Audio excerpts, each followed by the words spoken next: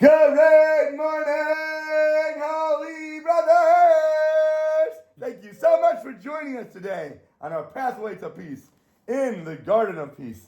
And today's lesson will be called Personal Peace. Peace. Here we go.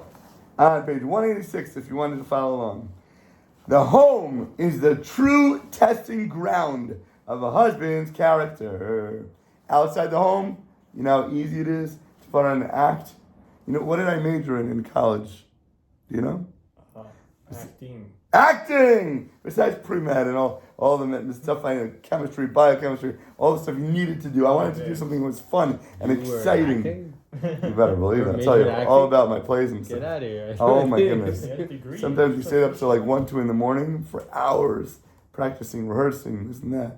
And they had like one of the lead roles. It was amazing. Anyway, so when you go there and you become someone else, I dressed as the king and I one time when I was going in the elevator. Like I had barely like these almost nothing clothes on and a vest. And I walked around in character. Why you? Yeah. I walked around in character like all day because I wanted to make sure that I got. And like I was talking to people in the elevator like this, like what is wrong with this guy? It was like wacko in the head. But I was in my zone. I was playing that character to a T. Everywhere I went. Wasn't the king and I like women in there too? Yeah.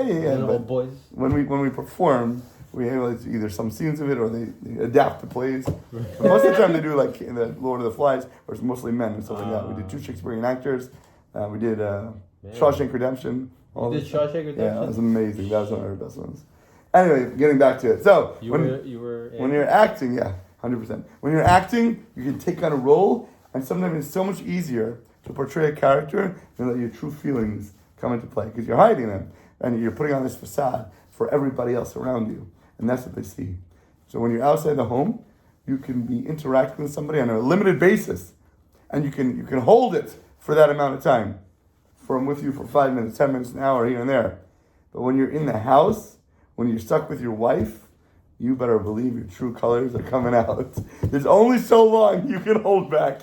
Well, you're ready to explode when she's nagging at you and whining at you and aggravating you and pushing all your buttons. Believe me, she will know exactly what to do to get you. No doubt about it. Yes? No? Who runs the show? A person's all true colors comes out when he's alone with his wife and his children. Humility, the crown and root of all good character traits, must and absolutely does begin at home with your wife. This is it.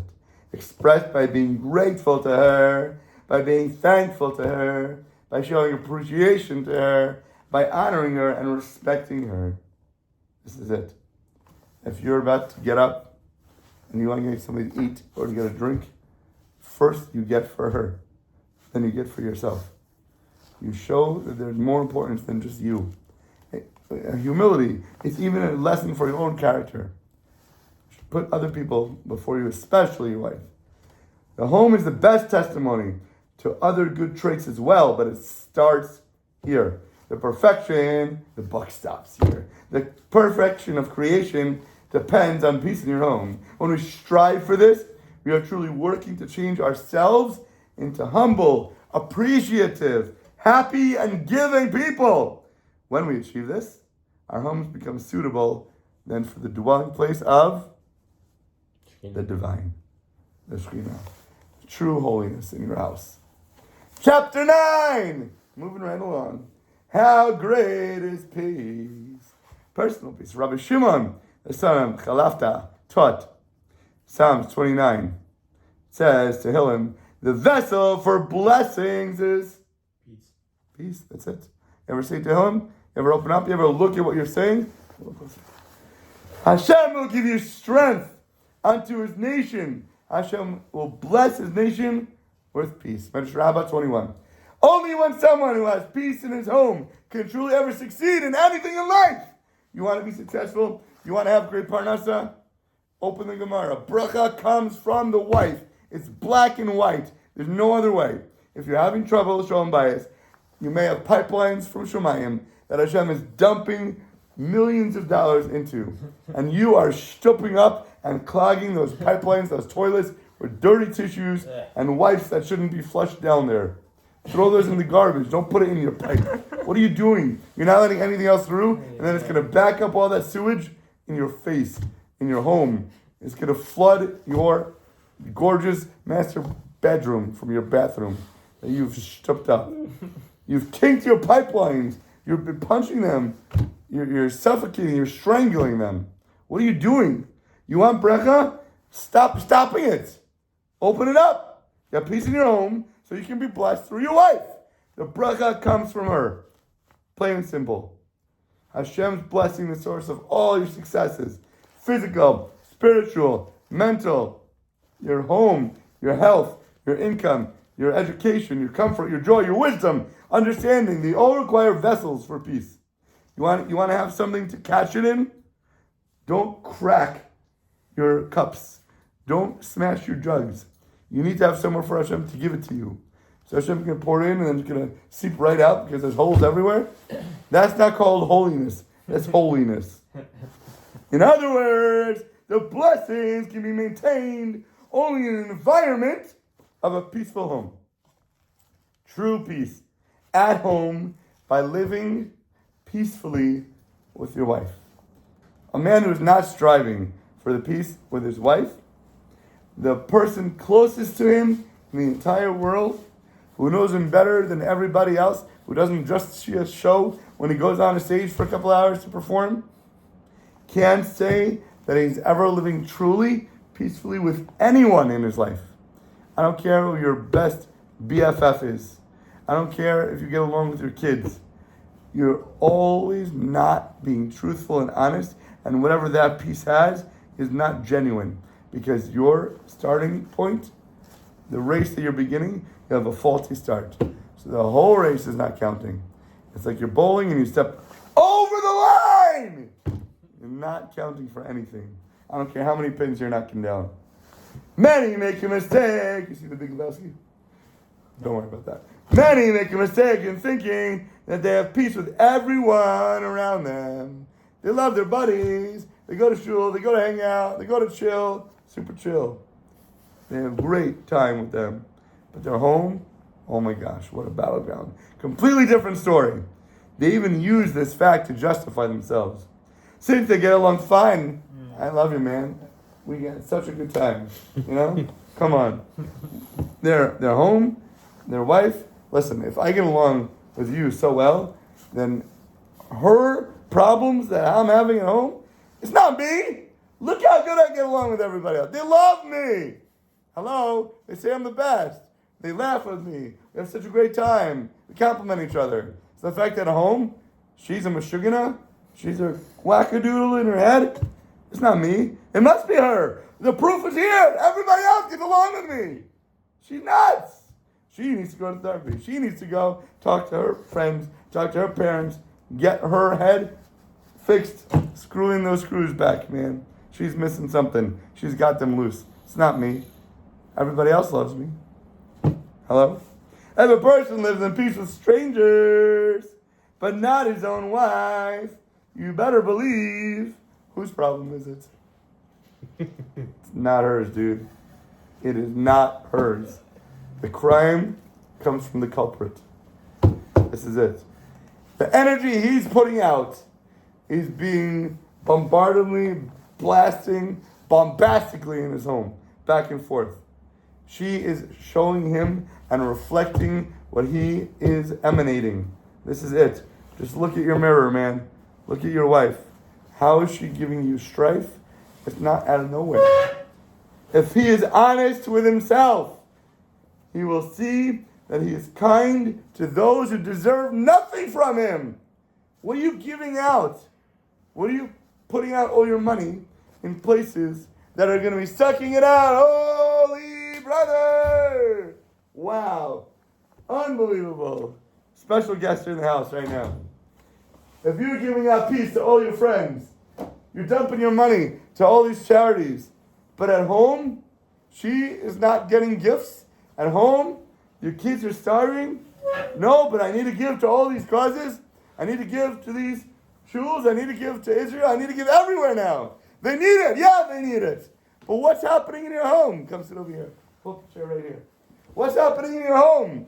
It's lacking. They're missing. There's a hole. There's a gaping ditch.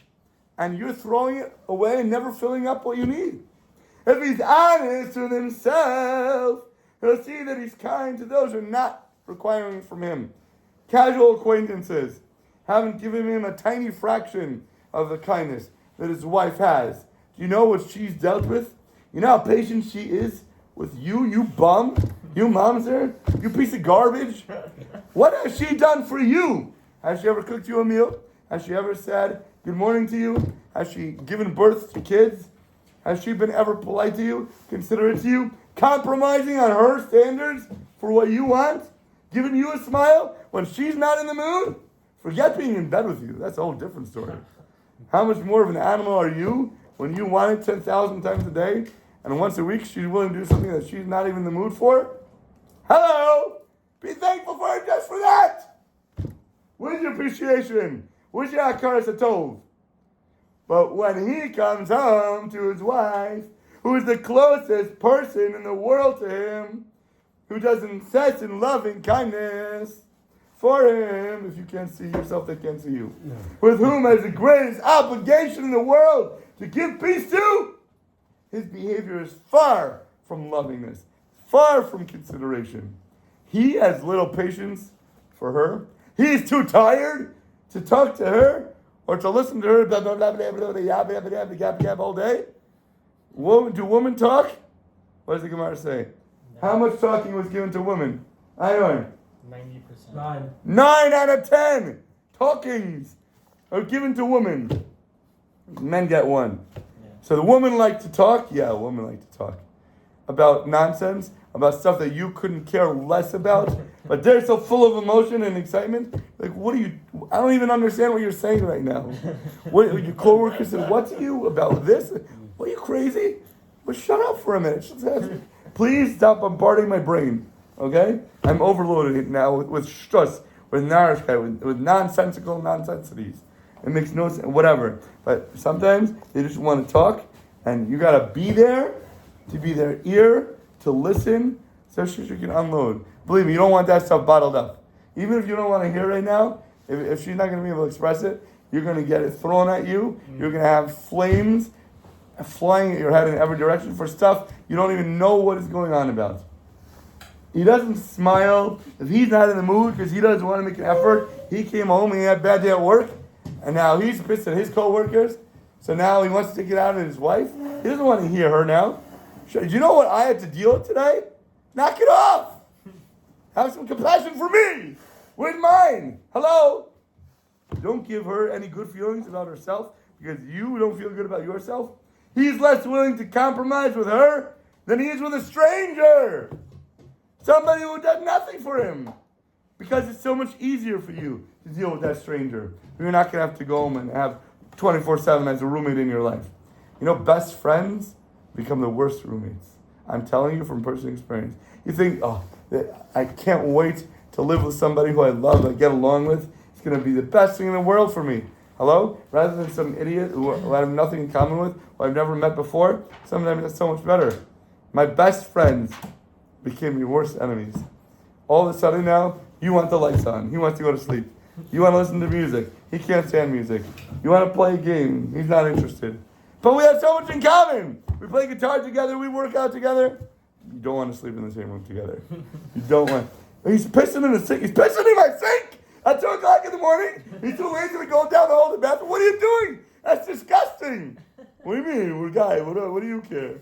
What do I care? Because now it smells like piss and my urine in my room. Get out of here. What are you doing? What's wrong with you? Seriously. If you behave with her like you behave with everybody else, other people, you have a peaceful relationship with her, and she'd be as happy as a lark.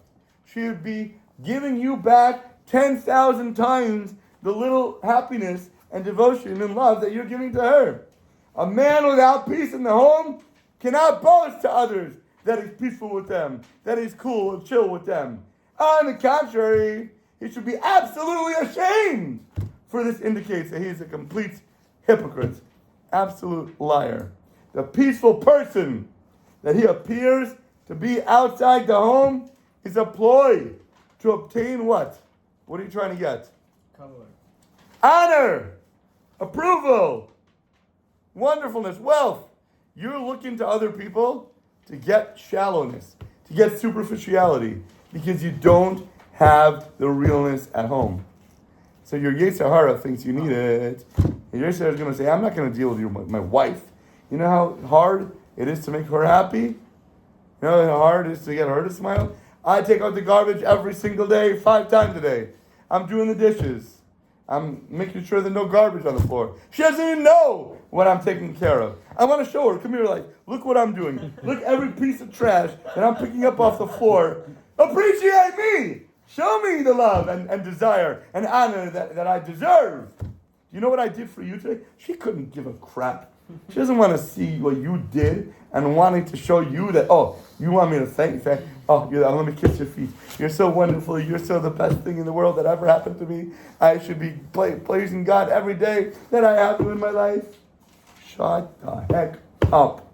It has nothing to do with him being a peaceful person. And it certainly does not qualify him as a vessel who's going to be worthy of the divine blessings and the bountifulness that should be coming down to him. You're taking your whole vessel and you're smashing it to pieces with your baseball bat. Where's Hashem going to dump the money now? You're taking your push cup and you're smashing it on the floor. Where's Hashem going to put your dollars in now? On the floor? There's nowhere it's going, man. You have no receptacle for this flow, for this divine mercy, for this bounty. Make it whole, glue it together, like in China. What's the word for the gluing of stuff? Can't remember that. I'll look it up for tomorrow's lesson. When they take a drug that is smashed, they glue it together with gold. They melt gold, and in the cracks they put it together. It's a word I used to know what it was. So it shows you, why would they save that drug rather than buy a new one? First of all, the places that it cracked in become so much stronger. So if it ever does crack again, it's not going to be on those spots. But the reason they keep it is to show that things and people are imperfect. Everybody's got flaws. Everybody's got cracks. So what do we do with those? What kind of teshuvah do we make?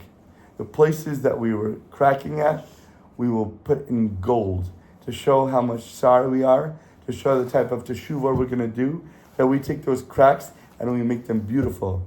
People who have tattoos before they were religious, they ask the rabbis, many of them say, don't cover it up. First of all, it's not going to look perfect anyway. You're always going to know where it was. But when you go to the mikvah and other people see it, these are the scars that helped them become the amazing people that they are today. And these are their prizes. These are their rewards. These are their awards that they can display in their showcase. Look where I came from and look where I am today. These cracks are filled with gold. And now I'm so happy and pure because of what happened. This is going to enable it to look so much more beautiful in the future. Take what we've done, elevate it, grow with it. Use that downward spiral for momentum to soar up that roller coaster. So you can have a great more 3 minutes, only because you went down with that momentum to fly up again. When you have this peace in the home, appreciate your wife for what she's done. Be real on the inside so you can be true and honest with everybody else on the outside. And with that, have an awesome, deliciously amazing rest of your day.